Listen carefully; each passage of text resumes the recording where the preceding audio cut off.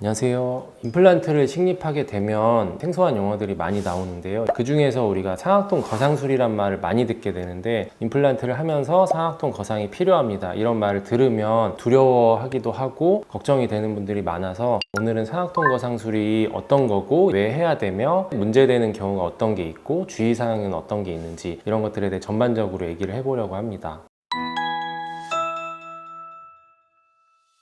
우선은 상악동 거상술이란 말은 임플란트를 할 때 상악동을 거상해서 임플란트가 수월하게 이루어질 수 있게 하는 술식을 말하는데요. 상악동이라는 것은 위턱에 있는 비어있는 공간을 얘기합니다. 우리 두개골이 전체가 이제 다 뼈로 돼 있으면 무거워서 이게 머리를 들 수가 없잖아요. 그래서 이제 위턱 위에는 비어있는 공간이 있고, 이 공간이 이제 코랑 연결이 돼 있거든요. 비강이라고 하는 코 속 안이랑 연결이 돼 있고, 여러 가지 공간이 있어요. 우리가 이제 치아를 발치하고 구강 내 잇몸에서 뼈까지의 수직적인 거리가 있는데, 최근에는 8에서 한 10mm 정도 사이의 임플란트를 가장 많이 심거든요. 이렇게 심다 보면은 우리가 드릴로 임플란트 해당하는 길이를 뚫게 되는데, 근데 이제 뼈의 높이가 뭐 한 8mm, 7mm 이하일 때는 이 상악동을 침범하는 경우가 있거든요. 뼈를 뚫다가 이제 비어있는 공간까지 뚫어버리는, 그렇게 되면은 임플란트를 나중에 심었을 때 임플란트 뿌리 끝이 상악동을 넘어가는 경우가 있는데, 이런 경우에는 여러 가지 뭐 불리한 점이 있기 때문에 이 상악동에 있는 내부의 점막을 천천히 들어 올려서 점막을 손상시키지 않고 이제 뼈 이식이나 이런 것들을 통해서 임플란트를 심고 유지될 수 있게 함으로써 임플란트를 심는 부분에 뼈가 잘 찰 수 있게 해주는 술식을 상악동 거상술이라고 합니다.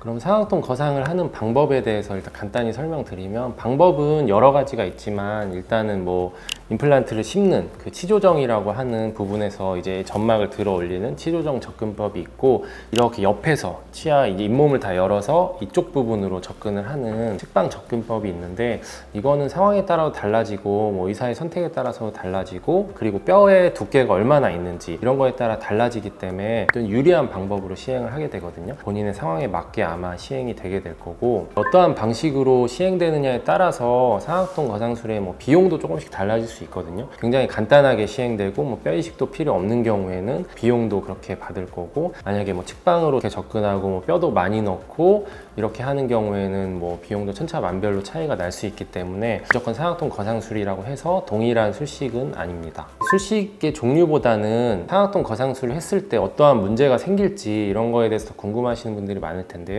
보통은 상악동 거상술을 하게 되면, 특히나 이제 치조정 접근법보다는 측방 접근법은 했을 때 잇몸을 더 많이 열고 범위가 커지기 때문에 꼬매고 나서 수술한 2, 3일 정도 뒤에 많이 붓고 멍이 이제 바깥으로 보이는 경우가 있거든요. 이런 경우에는 일반적으로 그렇게 될 수 있는 경우이기 때문에 너무 걱정은 안 하셔도 되고, 대신에 이쪽에 코에서 많이 냄새가 난다거나 통증이 심한 경우가 간혹 있어요. 우리가 임플란트 수술할 때 뭐 어느 정도 통증이 있다가 약을 먹으면 사그라들고, 이런 통증은 일반적인데, 약을 먹어도 통증이 줄어들지 않고 너무 심해서 잠을 못 잘 정도로 통증이 심하다면 급성 상악동 염증일 가능성이 조금 있거든요. 그렇기 때문에 치과에 가셔서 한번 확인을 해보고 뭐 CT를 찍어보고 약 처방을 바꾼다든지 이렇게 해볼 필요가 있고요. 대체로는 일주일 정도 지나면 보통 통증은 사라지기 때문에 그러한 염증이 있는지 없는지만 먼저 체크해 보시는 게 좋을 것 같고요. 그리고 매우 얇은 뼈인 경우에는 상악동 점막을 들어 올려서 마지막에 임플란트를 심다가 상악동으로 임플란트가 빠져버리는 경우가 정말 드물게 있거든요. 그걸 다시 구강내로 이제 꺼내줘야 되는데 이게 굉장히 어렵고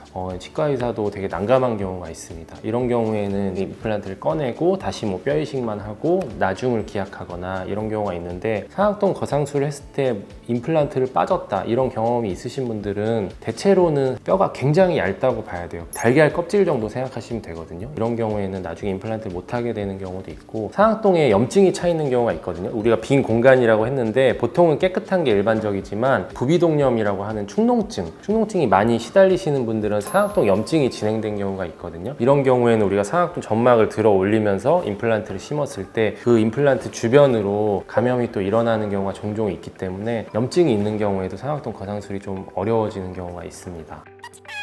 상악동염이 급성으로 생기는 경우를 제외하고, 그리고 점막을 너무 과도하게 올려서 통증이 잠시 있는 거를 제외하고는 대체로 시간이 지나면은 이제 점막이랑 점막 내부에 있는 임플란트 뿌리에 뼈가 생기면서 점차적으로 아물게 되는데, 보통 3에서 한 6개월 정도 뒤에 뼈랑 이제 임플란트랑 잘 붙었는지 확인을 하고 고철을 올리게 되면 수술은 이제 끝나게 되고요. 마지막으로 이제 수술 후에 주의사항에 대해서 간략히 설명드리면, 다른 임플란트 수술할 때 주의사항이랑 동일하지만 추가적으로 주의하셔야 될 거는, 아까 말씀드린 것처럼 상악동이랑 이제 비강은 연결이 되어 있는 구조이기 때문에 코를 세게 풀거나 코 주변으로 너무 강한 압력을 주면 안 되거든요. 예를 들어 뭐 기침을 세게 하는 경우에도 우리가 입을 막고 기침을 세게 하면 코 안에 압력이 갑자기 높아지게 되는데, 이런 경우에 가능하면 기침을 안 하는 게 좋지만 어쩔 수 없이 하게 된다면 입을 벌리고 코 안에 압력이 너무 세지지 않을 수 있도록 그렇게 기침을 해야 되고, 최대한 2, 3주 정도는 점막이 좀 안정이 될 때까지는 빨대로 이제 음압을 주는 것도 조금 주의해줘야 되고, 코에서 피가 조금 나는 경우가 있거든요. 이거는 이제 상악동 안쪽 점막을 들어 올리면은 그쪽에서 새어나오는 피가 코까지 나오는 경우가 있는데, 이런 경우는 일반적인 경우이기 때문에 걱정 안 하셔도 되고, 이런 경우는 휴지로 가볍게 닦아내는 행위만 하시면 됩니다. 실제로 이제 내가 상악동 거상술을 할 때 얼마나 어려운 케이스이고 얼마나 간단한 케이스인지 알기가 어려운 경우가 많거든요. 굉장히 간단한 상악동 거상술 케이스도 있고 굉장히 어려운 상악동 거상술 케이스도 있거든요. 그렇기 때문에 용어가 같다고 해서 난이도가 동일한 것이 아니고, 치과에 가셔서 내 상악동 거상술 케이스가 어떠한 케이스에 속하는지 한번 들어보실 필요가 있고요. 일반적으로 처음 접하시는 분들은 나 너무 아픈데 뭐 문제가 있는 거 아니야? 코피가 나는데 나 뭔가 실패한 거 아니야? 이렇게 걱정하시는 분들이 있는데, 대체로 상악동 거상술을 하고 나서 일반적으로 나타나는 상황이기 때문에 이런 것들을 알고 계신다면 수술을 하기 전이나 하고 나서도 조금 걱정하시는 부분이 줄지 않을까 생각해 봅니다.